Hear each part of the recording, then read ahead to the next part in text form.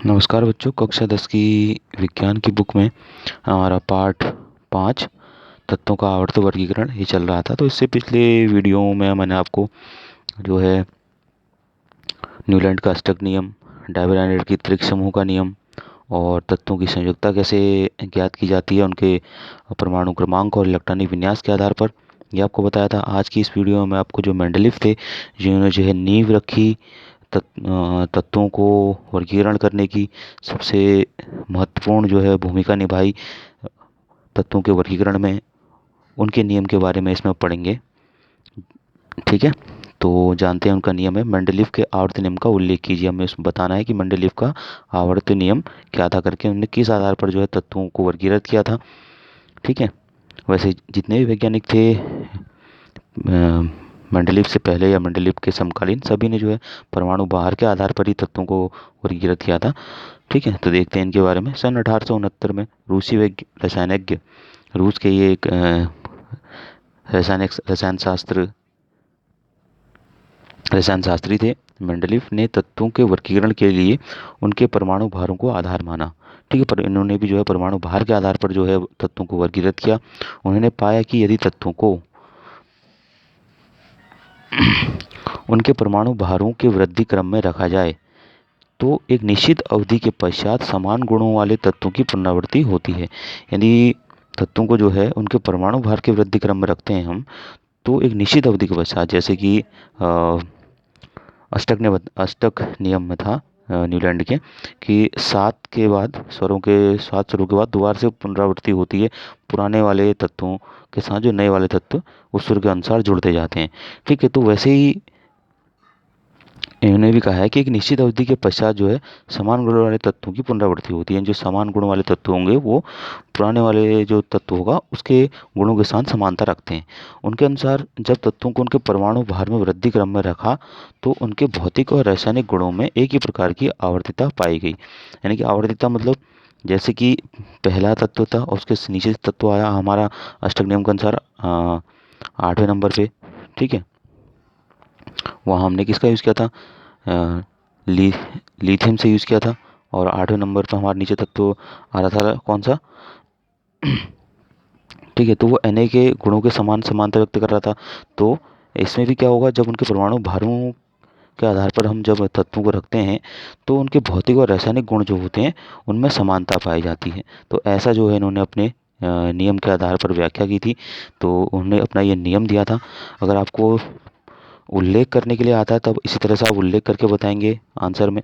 लेकिन जब 1 नंबर में आता है क्वेश्चन कि मेंडलीव का आवर्त नियम लिखिए, ठीक है, तो सिर्फ आपने जो ये 3 लाइन मैंने लिखी है इनको लिखना है बस आपने। कैसे, जैसे लिखा है, इस नियम के अनुसार तत्वों के भौतिक एवं रासायनिक गुण उनके उनके परमाणु भारों के आवर्ती फलन होते हैं या आवर्ती फलन हैं। ठीक है, तो जिस समय जो है इन्होंने तत्वों का वर्गीकरण किया था उस समय तक केवल 63 तत्व ज्ञात थे, यानी कि 63 तत्वों की ही खोज हुई थी उस समय।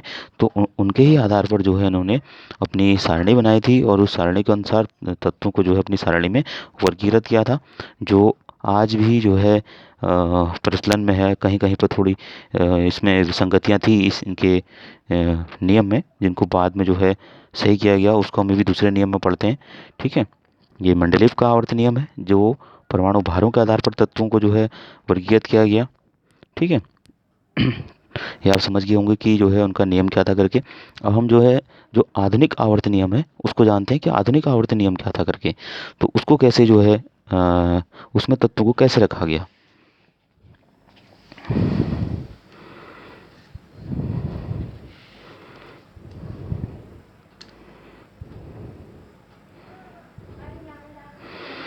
जो आधुनिक आवर्त सारणी है हमारी, उसमें जो वैज्ञानिक थे मोजले, तो मोजले ने जो है 1913 ईस्वी में परमाणु क्रमांक की खोज करने के पश्चात यह सिद्ध किया कि परमाणु का आधारभूत गुण परमाणु क्रमांक है, न कि परमाणु भार।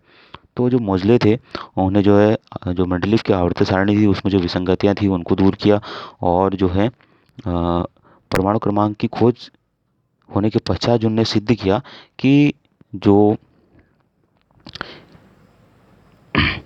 किसी भी परमाणु का जो मूलभूत जो गुण होता है वह परमाणु क्रमांक होता है, न कि परमाणु भार होता है। उन्होंने परमाणु क्रमांक का तत्वों के गुणधर्मों से सीधा संबंध बताते हुए एक नियम प्रतिपादित किया। इसे आधुनिक आवर्त नियम कहा जाता है। ठीक है, ये हमारा आधुनिक आवर्त सारणी का नियम होता है, नियम है। ठीक है, इस नियम के अनुसार तत्वों के भौतिक तथा रासायनिक गुण उनके परमाणु क्रमांकों के आवर्ती फलन होते हैं।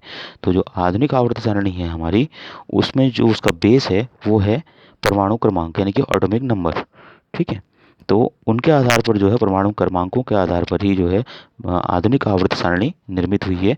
ठीक है, तो अगर आपको 1 नंबर में क्वेश्चन आता है कि आधुनिक आवर्त सारणी का नियम लिखिए, तो सिर्फ आपने ये लिखना है, इस नियम के अनुसार तत्वों के भौतिक तथा रासायनिक गुण उनके परमाणु क्रमांकों के आवर्ती फलन होते हैं। यदि आपको आता है क्वेश्चन कि आधुनिक आवर्त सारणी का उल्लेख कीजिए, तो आपने ये पूरा दिया है जैसे क्वेश्चन का आंसर, इस तरह से आपने ये नोट करके अपनी कॉपी पे लिखना है। ठीक है, तो ये दोनों ही नियम आपने नोट करने हैं अपनी फेयर कॉपी में, मेंडलीफ का आवर्त नियम भी और आधुनिक आवर्त सारणी का नियम भी। और मैंने आपको जो है आधुनिक आवर्त सारणी की इमेज भी भेजी थी, जिसको आपने जो है ज़रूर बनाना है अपनी कॉपी पे। दोनों पेजों को इकट्ठा लेकर बनाना है, जैसे पूरा पेज का जैसे पूरी कॉपी का जैसे पेज होता है, तो दोनों पेजों को इकट्ठे ही लेकर के आपने पूरी जो है सारणी इन दोनों पेजों को मिला करके बनानी है। ठीक है, जो आधुनिक आवर्त सारणी है आपकी, उसको। ठीक है।